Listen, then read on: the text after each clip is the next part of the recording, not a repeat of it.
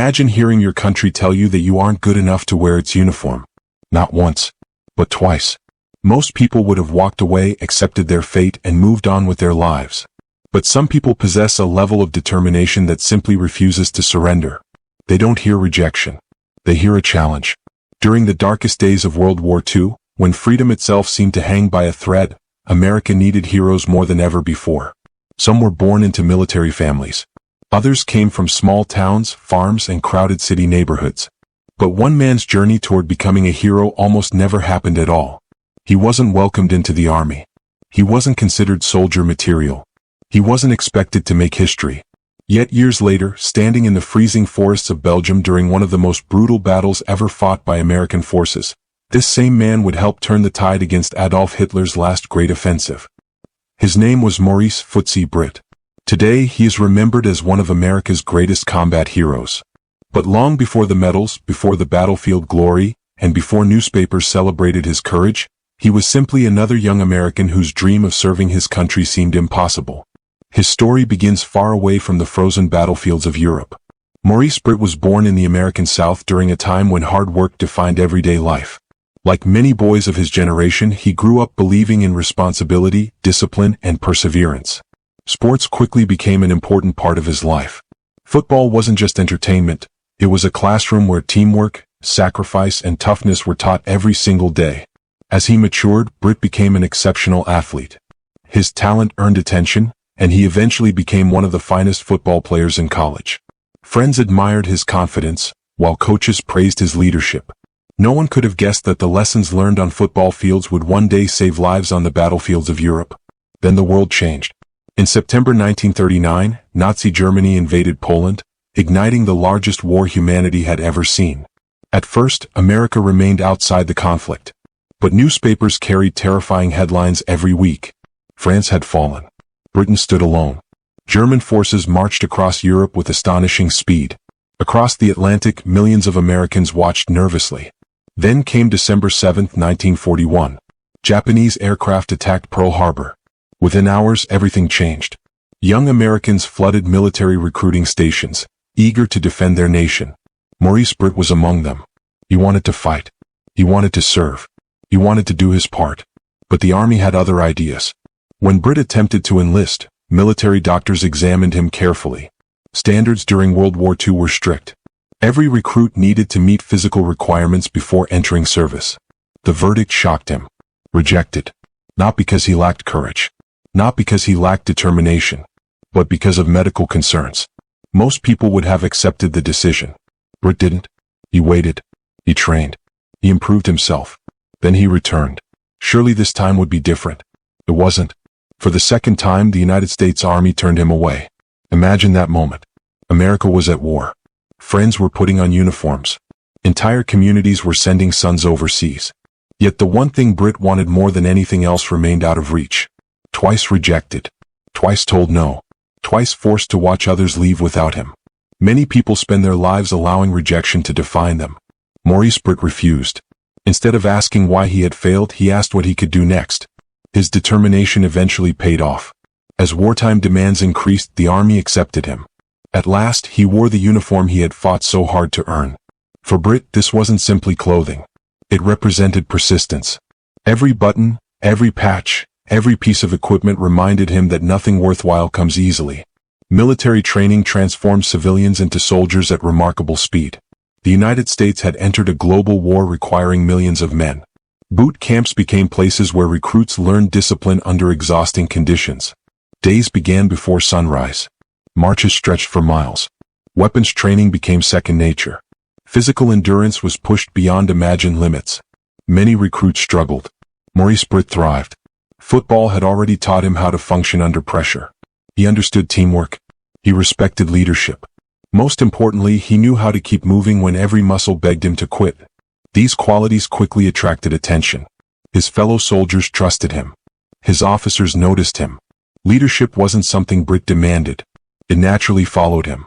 Soon he became an officer himself. Responsibility now rested heavily upon his shoulders. Every decision could determine whether young Americans lived or died. Training eventually ended. Europe awaited. Crossing the Atlantic during World War II was dangerous.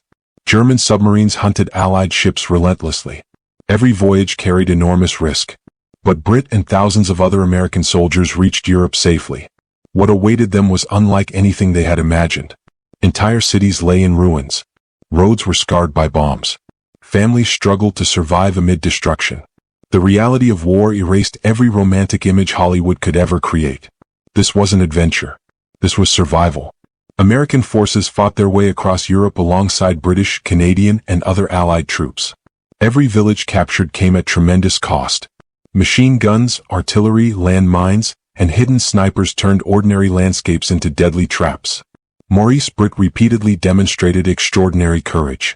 He wasn't the kind of officer who stayed behind his men. He led from the front. When danger appeared, he moved toward it. When soldiers hesitated, he inspired confidence. When fear threatened to overwhelm a unit, Britt remained calm. His actions earned respect not because of rank but because he consistently shared every risk faced by his troops. Combat has a way of revealing true character. Some freeze. Some panic. Some run. Others become the leaders history remembers. Maurice Britt belonged to that final group. His courage wasn't loud. It wasn't theatrical. It was quiet determination repeated every single day under impossible conditions. As Allied armies pushed deeper into Europe during 1944, many believed Germany was close to defeat. Cities were liberated. German forces retreated. Optimism spread through Allied headquarters. Christmas approached. Many soldiers hoped the war might soon end. But Adolf Hitler had one final surprise. Deep inside the forests of Belgium and Luxembourg, Germany secretly assembled hundreds of thousands of soldiers. Thousands of tanks. Hundreds of artillery pieces. Massive supplies of fuel and ammunition. It would become Hitler's last desperate gamble. The world would soon know it as the Battle of the Bulge. No one could imagine the nightmare that was about to begin. Snow covered the forest. Temperatures dropped below freezing. Visibility disappeared in thick fog. Then, before dawn on December 16, 1944, the silence exploded. Thousands of German guns opened fire simultaneously. The largest battle ever fought by the United States Army had begun. And somewhere inside that frozen battlefield stood a man the Army had once rejected twice. The ground shook beneath their boots. For hours, American soldiers struggled to understand what was happening. Telephone lines were cut. Roads disappeared beneath snowdrifts. Thick fog grounded Allied aircraft, eliminating one of America's greatest advantages. German commanders had chosen the perfect moment to strike. The attack came through the Ardennes forest, a rugged region that Allied leaders believed was too difficult for a major offensive. It was the same route Germany had used years earlier to invade France. History was repeating itself. Thousands of German soldiers poured through the forests with tanks, artillery, and armored vehicles. Their mission was simple: split the Allied armies, capture the vital port of Antwerp, and force Britain and the United States into negotiating peace. If they succeeded, World War II could take a dramatically different turn. For the American soldiers standing in their path, retreat wasn't an option. Among them was Captain Maurice "Footsie" Britt. By now, Britt had already earned a reputation as an officer who never asked his men to do anything he wouldn't do himself. His soldiers trusted him completely. That trust would soon be tested like never before. Winter in the Ardennes was merciless. Snow piled high across roads and fields. Water inside canteens froze solid. Rifles became coated with ice. Many soldiers lacked proper winter clothing because Allied commanders believed the fighting would slow during the Christmas season. Instead, they found themselves trapped inside one of the coldest and bloodiest battles in American military history. Every breath produced clouds of frozen air. Every movement required enormous effort. Every sound inside the forest carried danger. German machine guns waited behind snow-covered trees. Mortar rounds exploded without warning. Artillery shells shattered the silence, sending splinters of wood flying like deadly knives. Still, Britt kept moving. His leadership wasn't based on shouting orders from safety. He walked beside his men. He checked defensive positions personally. He encouraged exhausted soldiers who hadn't slept properly in days. He reminded them why they were fighting. Not for medals, not for glory, but for each other. That kind of leadership changes everything in combat. Fear spreads quickly in battle, but courage spreads just as fast. One determined officer can inspire an entire company. Again and again, Britt demonstrated that principle. During fierce fighting, enemy machine gun positions pinned down American troops. Bullets tore through the trees. Anyone who stood up became an immediate target. Many officers would have waited for artillery support. Others might have ordered a cautious withdrawal. Maurice Britt chose something far more dangerous, that he personally led assaults against enemy positions. Moving from cover to cover, he encouraged his men to advance despite overwhelming fire. Every yard gained came at tremendous risk. Every decision carried life or death consequences. At one point, German resistance became so intense that progress seemed impossible. Machine guns dominated the battlefield. Snipers watched every opening. Artillery continued hammering American positions. Still, Britt refused to stop. Witnesses later described how he repeatedly exposed himself to enemy fire while directing attacks. He seemed completely focused on accomplishing the mission, not on protecting himself. His courage inspired everyone around him. When soldiers saw their commander advancing through enemy fire, many found strength they didn't know they possessed. Small groups pushed forward. Defensive positions began falling one after another. Momentum slowly shifted. But war always demands a price. During one engagement, Britt was struck by enemy fire. The wound was painful. Medical personnel urged him to leave the battlefield. He refused. His men were still fighting. As long as they remained in danger, he believed his place was beside them. Bandaged and exhausted, he continued leading. Hours later, another enemy attack erupted. Again, Britt moved toward the fighting instead of away from it. Another wound followed. This time it was even more serious. Blood soaked his uniform. Yet once more he refused evacuation. Imagine witnessing that as a young American soldier. Your commander has already been wounded. Doctors tell him to leave. Instead, he picks up his weapon and returns to the front. That kind of example cannot be taught inside a classroom. It can only be lived. The fighting continued across frozen forests, narrow roads, and ruined villages. German troops attacked with tanks. American infantry counterattacked with determination. Artillery pounded both sides day and night. Sleep became almost impossible. Food was scarce. Many soldiers survived on frozen rations eaten whenever a few quiet minutes appeared. Even then, Britt never stopped checking on his men. He knew exhaustion could become as deadly as enemy bullets. A simple word of encouragement sometimes mattered more than another round of ammunition. Leadership during war often comes down to small moments. A steady voice. A reassuring hand. A decision made under impossible pressure. Maurice Britt consistently made those decisions. As the Battle of the Bulge raged on, Allied reinforcements began arriving. General George S. Patton's Third Army launched one of history's most remarkable relief operations, turning north through brutal winter conditions to support surrounded American forces. At the same time, improving weather finally allowed Allied aircraft to dominate the skies. Bombers attacked German supply lines. Fighter aircraft hunted tanks and armored columns. The offensive that had begun with such promise for Hitler slowly lost momentum. Fuel shortages crippled German armor. Fresh American troops strengthened defensive lines. The tide of battle gradually shifted. Every village defended. Every crossroads held. Every delay imposed by American soldiers weakened Germany's chances of success. Maurice Britt and officers like him played a crucial role in that effort. Their leadership bought precious time. Time for reinforcements. Time for supplies. Time for Allied commanders to reorganize. By late January 1945, Hitler's final offensive had failed. The Battle of the Bulge was over. The cost was staggering. More than 80,000 American casualties. Thousands of tanks and vehicles destroyed. Entire towns reduced to rubble. Yet Germany had exhausted its remaining strategic reserves. From that point forward, Nazi forces would never again launch a major offensive in Western Europe. Victory now seemed inevitable. But for many soldiers, the war had already changed them forever.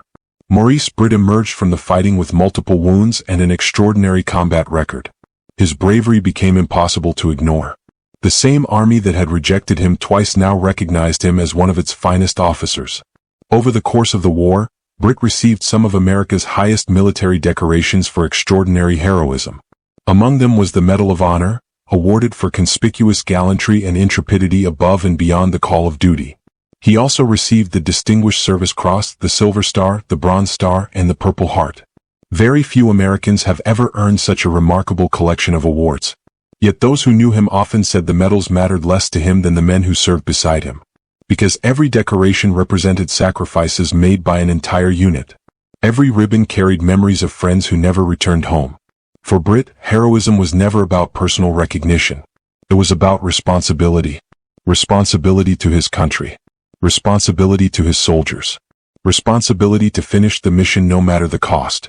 Ironically, none of it would have happened if he had accepted rejection. Twice the army said no. Twice the system believed he wasn't fit to serve. Had he quit after those setbacks, history would have lost one of its greatest battlefield leaders. Instead, persistence rewrote his story. The young man once considered unqualified became a symbol of courage for generations of Americans. His journey reminds us that rejection is not always the final verdict. Sometimes it is simply the beginning of a much greater story. And sometimes the people who are underestimated become the very people history remembers forever. Maurice Footsie Britt's heroism during the European campaign extended far beyond a single battle.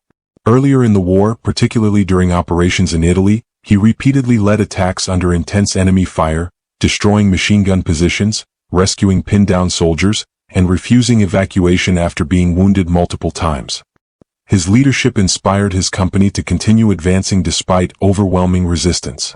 These actions ultimately earned him the Medal of Honor, the United States' highest military decoration. The citation recognized his repeated acts of extraordinary bravery, including continuing to command after suffering several wounds and exposing himself to enemy fire to direct his men.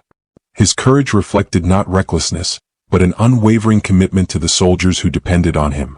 Following the Allied victory in Europe in 1945, Britt returned home as one of America's most decorated soldiers.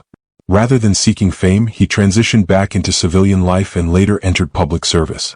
He remained deeply respected in Arkansas, where he served in state government and continued demonstrating the same dedication that had defined his military career. His life stands as a reminder that setbacks do not determine destiny. Being rejected twice by the army could have ended his dream of serving. Instead, those disappointments became the foundation of a remarkable story of perseverance. The very institution that once turned him away would later honor him as one of its greatest heroes. The legacy of Maurice Footsie Britt reaches beyond medals and military history. His story illustrates that leadership is built through character, persistence, and selfless service.